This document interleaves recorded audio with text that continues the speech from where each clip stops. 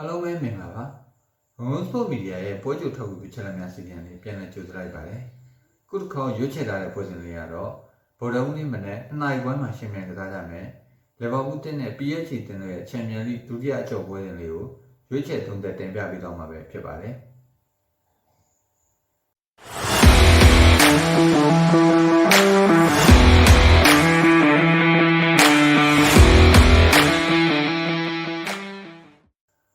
ဖြစ်နိုင်မှာကစားပွဲအခင်းချင်းနဲ့လူထုတ်ပုံဒီဘာဦးတင်းရတော့ပထမကျော့မှာတုံးခဲ့တဲ့လူစင်းတိုင်းမှာပေါ်ထွက်လာဖို့များပြီးတော့အပြောင်းလဲဆိုရင်တော့ပြီးခဲ့တဲ့ဆောက်တန်တန်တင်းတဲ့ပုံစံမှာတရားပြဿနာနိုင်ငံရှိခဲ့တဲ့စူပါစလိုင်းရဲ့နေရာမှာလူငယ်ကစားသမားအီလီရော့ပေါ်ထွက်လာဖို့များပါတယ်ဒါကြောင့်မို့လီဗာပူးတင်းရဲ့လူချင်းကိုမှန်းဆမယ်ဆိုရင်တော့ကွန်မန်နေရာမှာဆိုရင်အလစ်ဆန်ပြီးရင်အာနိုဖိုနာတီဗန်ဒိုက်ရောဘတ်ဆန်လဲရမှာတော့မက်အလစ်စတာဂရဘန်ဘက်ဟာဗီအီလီရော့နဲ့တိုက်စစ်ပိုင်းမှာတော့ဒီရက်နုညံ့နဲ့ဆာလာတို့တုံးပြီးတော့၄နှစ်၃နှစ်ပုံစံနဲ့ပေါ်ထွက်လာနိုင်ပါတယ်။PSGတင်းရဲ့ဖြစ်နိုင်တဲ့လူစင်းကတော့ကိုသမားနေရာမှာတွန်နာရမှာနောက်တန်းမှာတော့ဟာကီမီမာကွင်ဟိုပါချိုမန်ဒက်ပြီးရင်အလယ်တန်းမှာတော့ဖေဗီယန်ရူဗီတင်ဟာနာဘတ်နဲ့တိုက်စစ်ပိုင်းမှာကာဗရာရှပီယာတမ်ဘလီနဲ့ဘာကူလာတို့တုံးပြီးတော့4-3-3ပုံစံနဲ့ပေါ်ထွက်လာနိုင်ပါတယ်။ဒဏ်ရာရနေပွဲပဲဒီ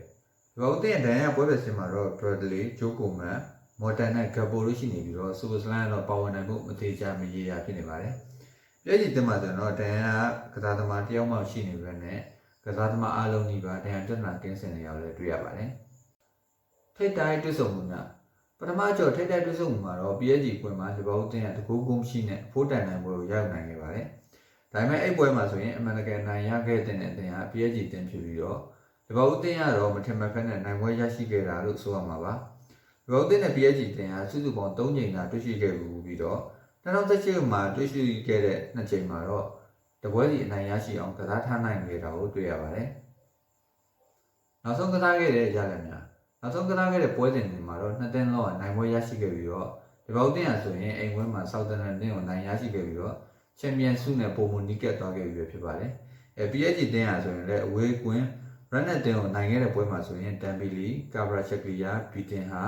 ဖေဗီယန်ရူဟာကီမီမာကွင်ဟိုနီနိုမန်ဒက်ဒေါနာရမာစတဲ့အဓိကကစားသမားတွေကိုအနားပေးထားပြီးတော့ကိုးပြတ်နိုင်ပွဲရရှိအောင်ကစားထားနိုင်ခဲ့ပါတယ်။တိုက်စစ်ခံစစ်အင်ဝင်းဝေးကွင်းနှိုင်းရှင်ခြင်းတိုက်စစ်ပိုင်းမှာတော့ PSG တင်းရဲ့တာလွန်နေတယ်လို့ဆိုရမှာပါ။ဒါပေမဲ့အင်ဝင်းဝေးကွင်းနှိုင်းရှင်ခြင်းမှာတော့လီဗာပူးတင်းရဲ့အန်ဖီကွင်းဟာ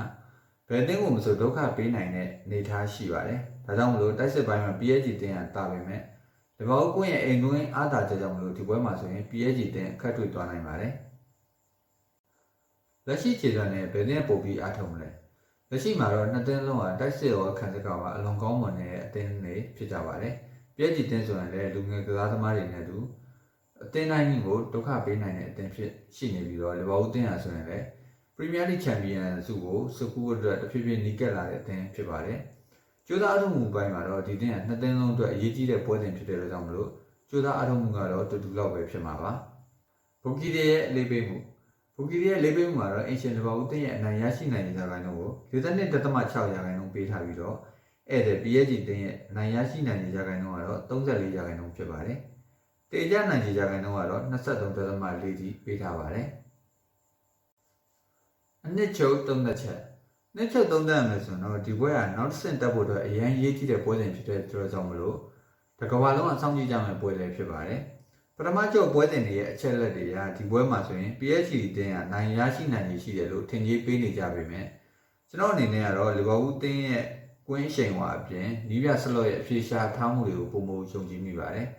အင်ရှင်လီဗာပူးတင်းကပဲအနိုင်ရရှိမယ်လို့ခံမှန်းမိပြီးတော့ခံမှန်းရတဲ့အနေနဲ့2ဂိုး2ဂိုးဒါမှမဟုတ်2ဂိုးဂိုးမရှိဆိုတဲ့ရလဒ်လောက်နဲ့ပွဲပြီးဆုံးသွားမယ်လို့ခံမှန်းလိုက်ပါတယ်ခုတင်ဆက်ပေးခဲ့တာတော့ကျွန်တော်တို့အပတ်စဉ်တင်ဆက်ပေးနေကြဖြစ်တဲ့ပွဲကြိုထောက်ကူအချက်လက်များအစီအစဉ်လေးပဲဖြစ်ပါတယ်ဒီစီစဉ်လေးကနေမိတ်ဆွေတို့အတွက်အကျိုးဆောင်တရားဖြစ်မယ်လို့လည်းယုံကြည်မိပါတယ်အပြည့်အတွက်အားလုံးကျေးဇူးတင်ပါတယ်ခင်ဗျာ